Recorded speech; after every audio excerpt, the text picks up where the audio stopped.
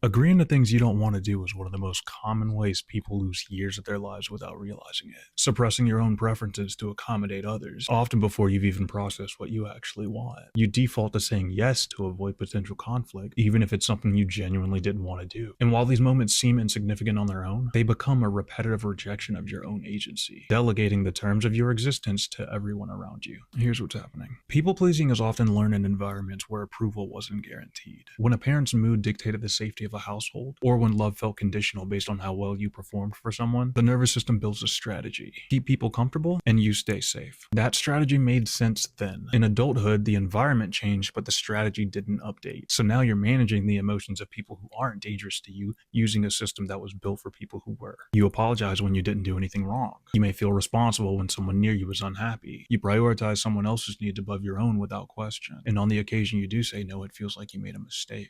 So here's something worth trying. Think about where this pattern started. Whose approval felt like a requirement when you were growing up?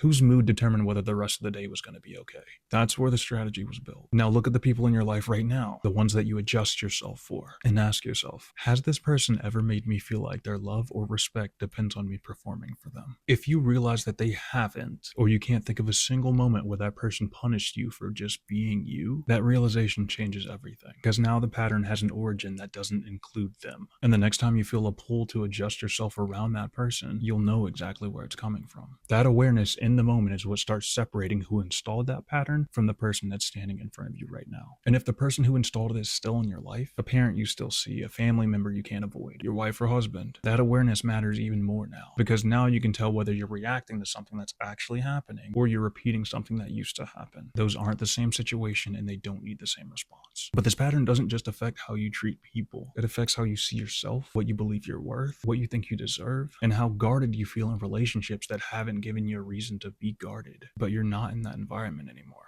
And the person who gets to decide how you show up from here isn't the person who installed the pattern. It's you. Right now. Drink water.